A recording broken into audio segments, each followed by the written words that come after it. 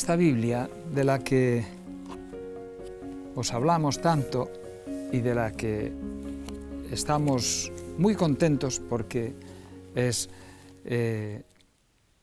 una ayuda muy grande para poder estudiar, encontramos algo interesante, que son las promesas que hay en la Biblia.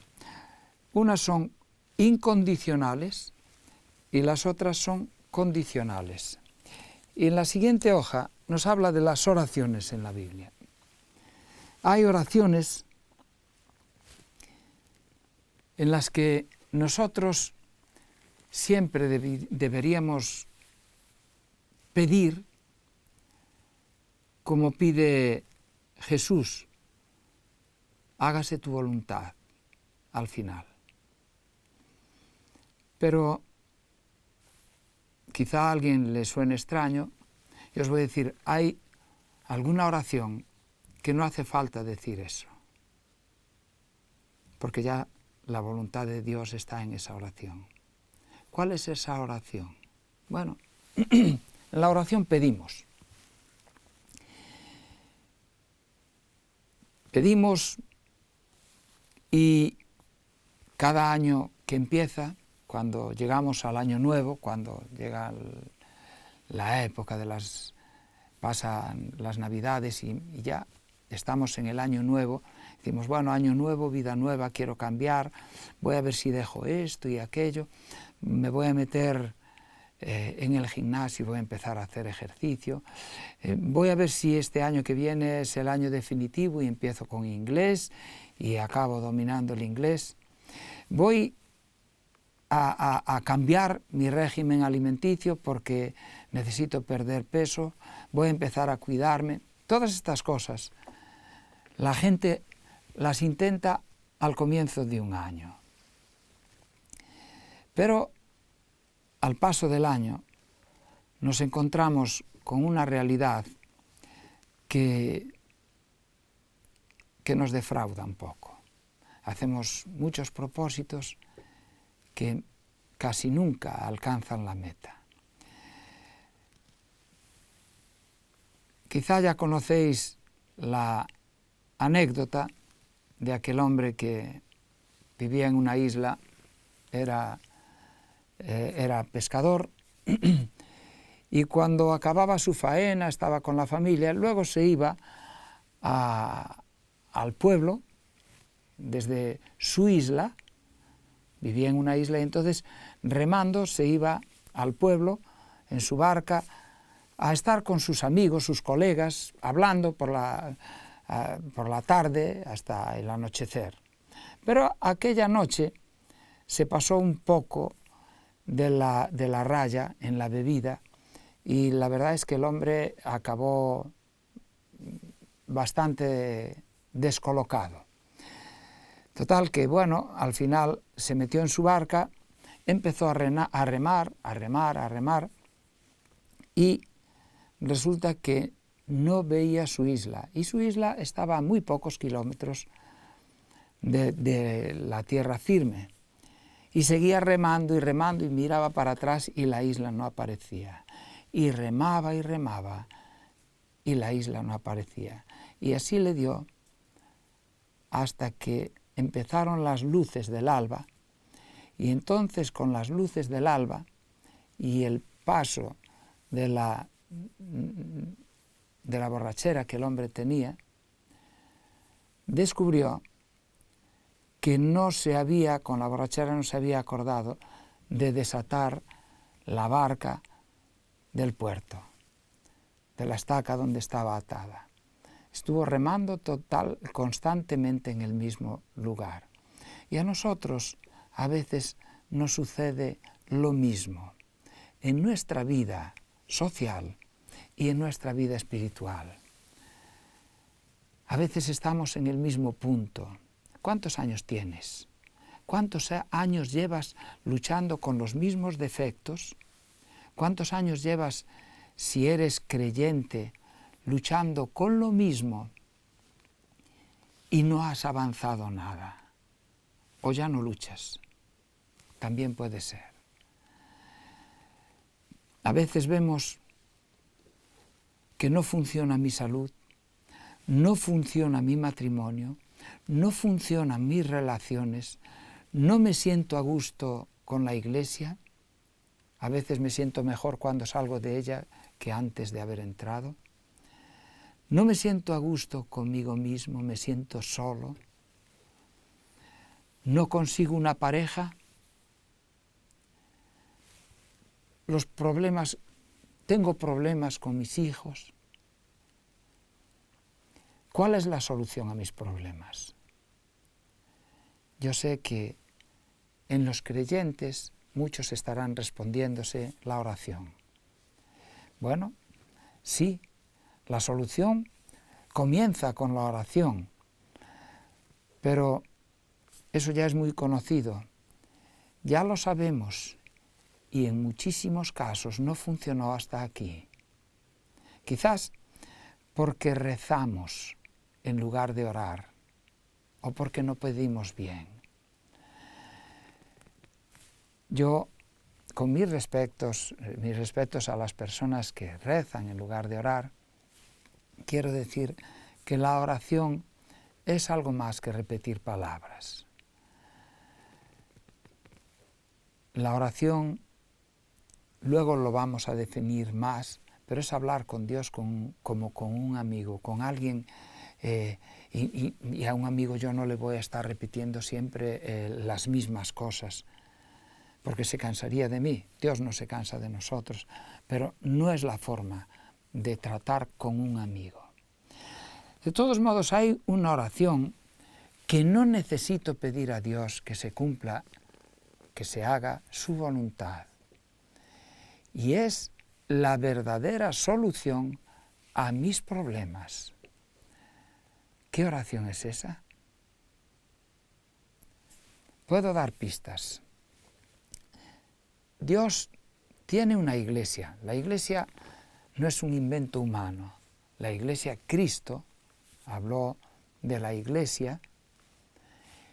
Cristo fundó la iglesia. Él es la cabeza de la iglesia. Y hay una iglesia hoy en la tierra que predica la palabra de Dios. Ahora, me estás diciendo, eres exclusivista, solo tu iglesia es la verdadera, solo vosotros os vais a salvar. No, no estoy diciendo eso. La iglesia no tiene como finalidad salvar a las personas que están dentro.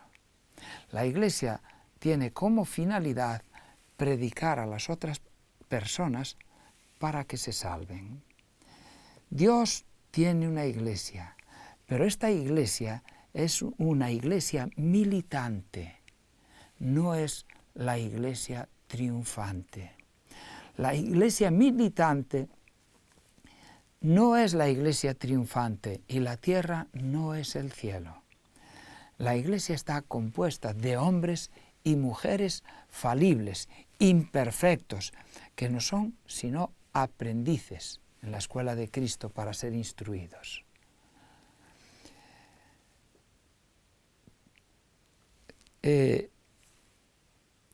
Partiendo de esta premisa, que la iglesia que hoy existe está compuesta de personas que simplemente están aprendiendo del cristianismo, pero que la iglesia que Dios quiere, a la cual Dios quiere a todas las iglesias, a todas las personas, pero la cual será la que se llevará consigo cuando Cristo venga, estará formada por un cierto tipo de personas del que vamos a hablar. Algunas personas parecen pensar que al entrar en la iglesia serán cumplidas sus expectativas y hallarán solamente a personas puras e imperfectas. Son estas personas que entran, son celosas en su fe y llegan y dicen, bueno, aquí la gente que tiene esta doctrina maravillosa, que conoce la Biblia, que la predica, bueno, pues esta gente tiene que ser perfecta, ideal, preciosa. Pero cuando llegan se dan cuenta que ellos vienen muy celosos en su fe, y cuando ven faltas en los miembros de las iglesias, se dan cuenta que las cosas no son como ellos pensaban. Dicen, nosotros abandonamos el mundo para no tener ninguna asociación con individuos malos, pero el mal también se halla aquí. Aquí hay personas como las de fuera. Y preguntan, como los siervos de la parábola, ¿de dónde, pues, tiene cizaña? Pero no necesitamos chasquearnos así, porque el Señor no nos autoriza a sacar la conclusión de que la Iglesia militante, que la Iglesia sea perfecta, y todo nuestro celo no nos va a permitir tener éxito en lograr que la Iglesia militante sea tan pura como lo será la Iglesia triunfante. Es decir, ¿hay una Iglesia que tiene la verdad? Sí. ¿Que tiene, no la verdad, la doctrina más adecuada? Sí. ¿Hay una Iglesia que está predicando la verdad como está en el Evangelio? Sí. ¿Hay una Iglesia que guarda los mandamientos de Dios y los predica como están en la Biblia? Sí, la hay. Pero es una Iglesia militante hoy. Y muchas personas dentro pues dicen, bueno, nadie es perfecto, bah, y banalizan a veces el mal y el pecado. Bueno, no es un pecado tan grande. Puede haber personas así en la Iglesia. La Iglesia primitiva tuvo el mismo problema, la superficialidad. ¿Sabéis?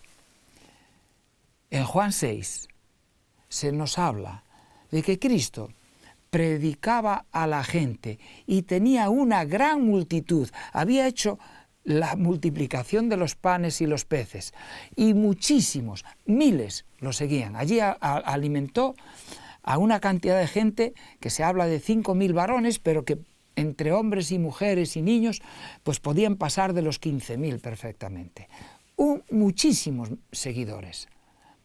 Sin embargo, cuando Cristo les habló de la verdad acerca de Él, no las expectativas que ellos tenían, sino lo que había venido a hacer a esta tierra, les dijo, mirad, yo soy el pan que ha descendido del cielo. El que no me come no tendrá vida en sí mismo. ¿Cómo te podemos comer? No, no. Estoy hablando de la palabra. Mis palabras son espíritu y son vida. El que no me busca de todo su corazón no tendrá vida eterna. Y nos dice que ahí la mayoría se fueron. Tal fue la decepción que Jesús le dijo a Pedro y a los otros discípulos, ¿queréis iros vosotros también? Fue cuando Pedro dijo, ¿a quién iremos, Señor? Solo tú tienes palabras de vida eterna.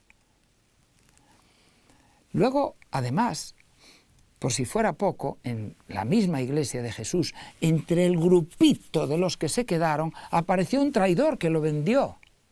Es decir, ¿qué pasó en la antigüedad? Lo que pasa hoy. ¿Qué va a pasar? Lo que ya sucedió. Esto es lo que dice la Biblia. En el tiempo del fin se va a repetir lo que se había repetido antes. Y que de todo el pueblo de Israel, que era el pueblo de Dios, quedó un grupito, una iglesia, que se podía llamar remanente, el cogollito, aquellos que seguían a Jesús donde quiera que iba.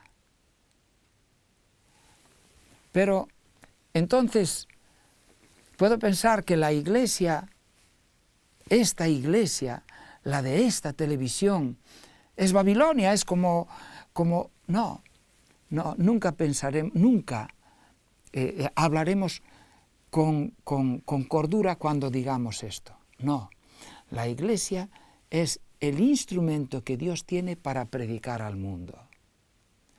Pero la iglesia triunfante será fiel y semejante a Cristo. Vendrá gente, y está viniendo ya, tú probablemente, maravillosamente tocada por el Espíritu Santo, que a los que estamos dentro nos rebasará, pasará por encima de nosotros, y tendremos que ir al rebufo, porque será gente que se entregó. Cuando yo llegué a la iglesia, las personas que había decían, yo era un jovencito de 18 años, y yo entraba con esa fuerza, tenía ganas de más. Yo dejé el conjunto de música moderna en el que tocaba, que era mi vida, y cambió mi vida. Y yo dije, bueno, lo dejé todo, pero voy a abrazar esto. Y me dijeron, para, tranquilo, que así empezamos todos.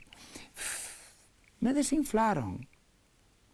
A veces no vengamos con expectativas que nos vamos a encontrar gente. No, esa gente vas a ser tú, el que te conviertes ahora, que no vas a dejar que aquellos que tibios te conviertan a su tibieza, a su frialdad. Pero esto no es nuevo, como decía, esto ya pasó. En este libro maravilloso podemos leer en Josué, en el libro de Josué. Aquí, además, es más fácil encontrarlo porque ya lo tenemos escrito aquí. Aquí tenemos Deuteronomio y después de Deuteronomio, Josué. Bueno, pues en el libro de Josué, en el capítulo 2, en los versículos del 9 al 12, se nos dice, primero os voy a poner en antecedentes. Estamos hablando de una mujer que salva a los espías que había mandado el pueblo de Israel antes de entrar en la tierra prometida, cuando iban a entrar y van a la ciudad de Jericó. Entonces, en esas circunstancias, ellos se meten en una casa, y en esa casa, la mujer que allí estaba les dice,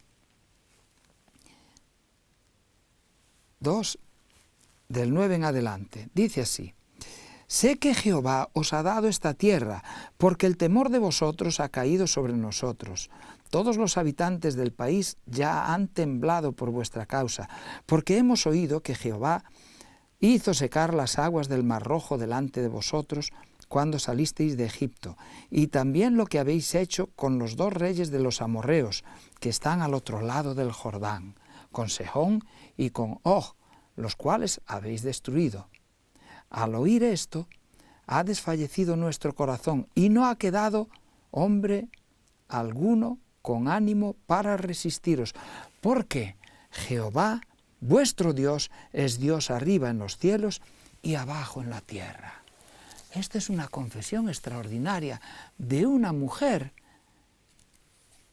que era no solo cananea, sino prostituta. ¿Y sabéis cuál fue la actitud del pueblo de Dios? Lo vamos a mirar en esta misma Biblia, en el libro de Números, en el capítulo 14 y los primeros versículos. Entonces toda la congregación gritó, este era el pueblo de Dios, era la iglesia de Dios. Dio voces y el pueblo lloró.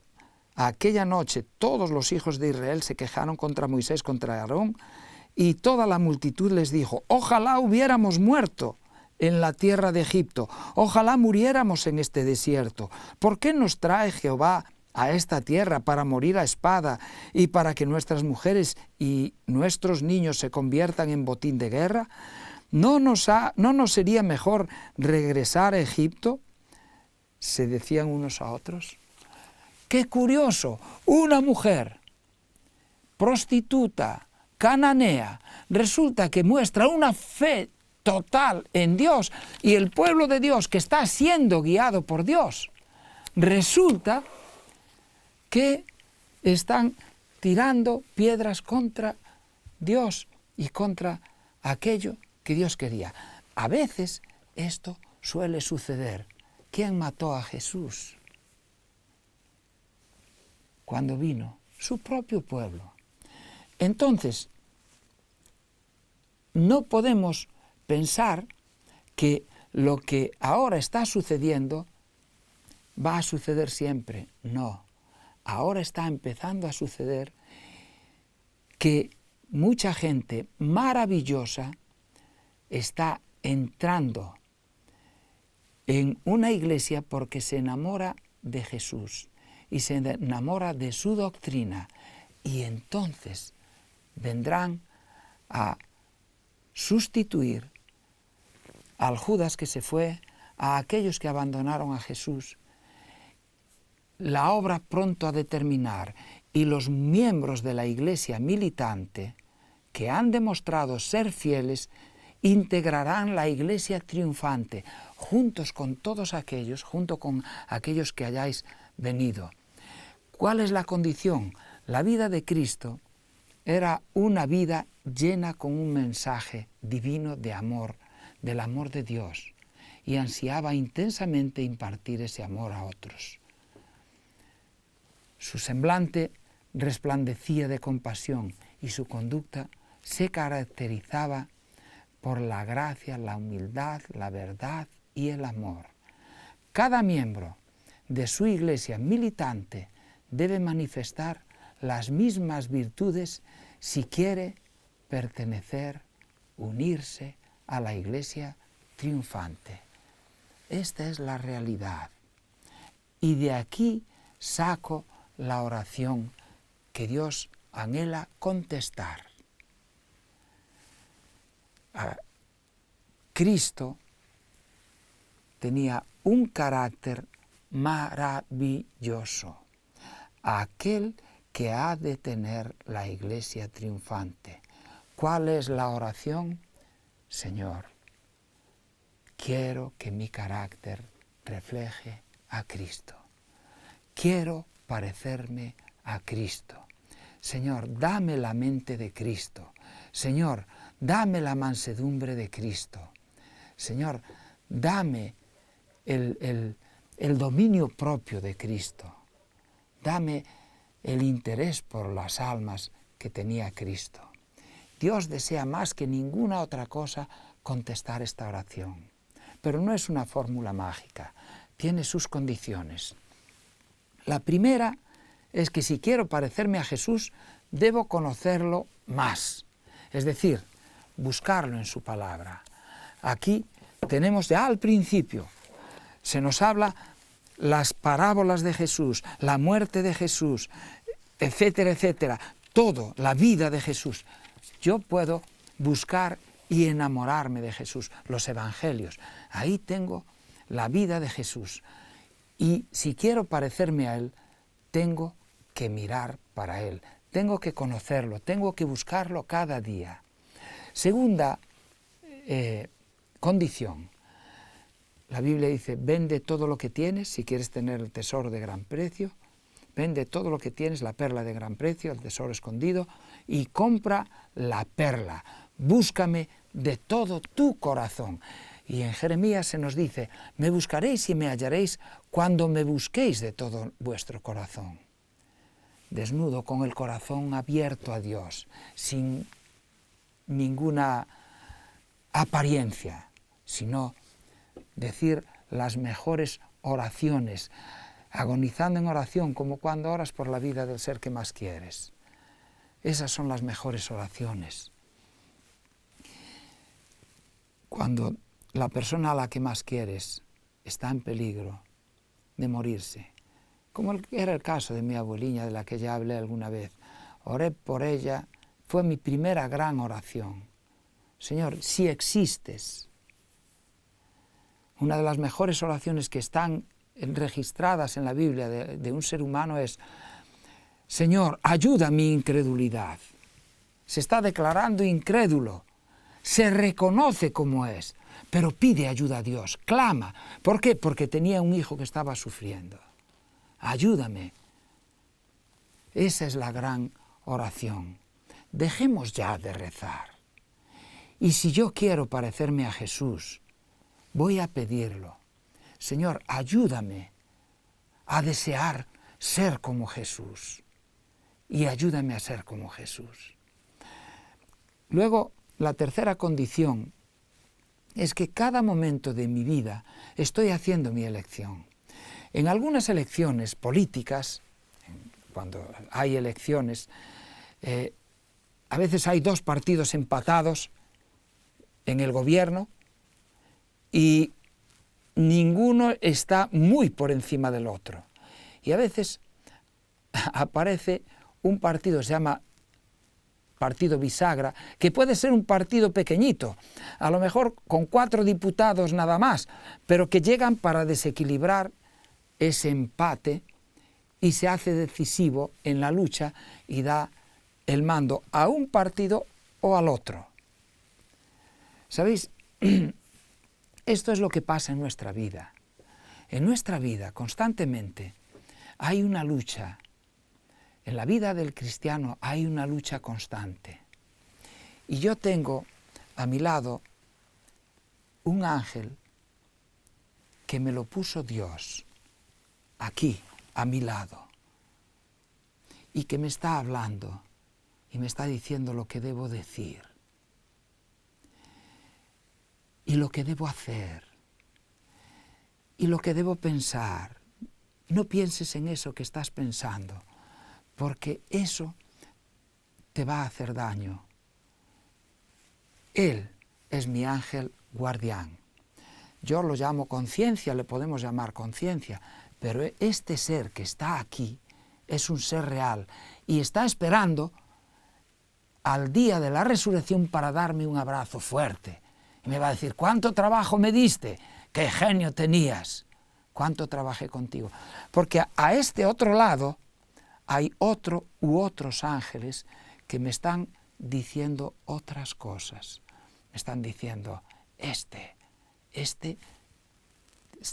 se portó fatal contigo, no deberías ni mirarle a la cara, no deberías volverle a hablar. Tú deberías pagarle con la misma moneda con que te hizo. Me está hablando siempre de esta forma. Cuando yo pienso mal, es el ángel del enemigo que él puso a mi lado, porque el enemigo copia lo que Dios hace. Si Dios pone un ángel bueno, él va a poner otro al lado, pero para hacerle daño a Dios. Pues si te hace daño a ti o a mí, le está haciendo daño a Dios, que es nuestro Padre. Yo si te quiero hacer daño a ti, le voy a hacer daño a tu hijo y entonces te haré mucho daño. A ti a lo mejor no llegaré a poder hacértelo porque podrás más que yo. Pero si se lo hago a tu hijo ya te hago bastante daño. Y eso es lo que hace el enemigo con nosotros. Y nos pone aquí a ese ser. Bien, yo tengo que decidir en cada momento de mi vida a quién escucho.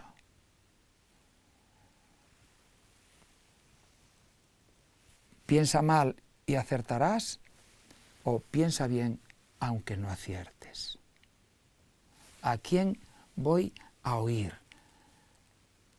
¿A mi conciencia, al ángel que Dios me puso, o al ángel del enemigo? Cada momento de mi vida estoy haciendo mi elección, y cuando me justifico y digo, nadie es perfecto,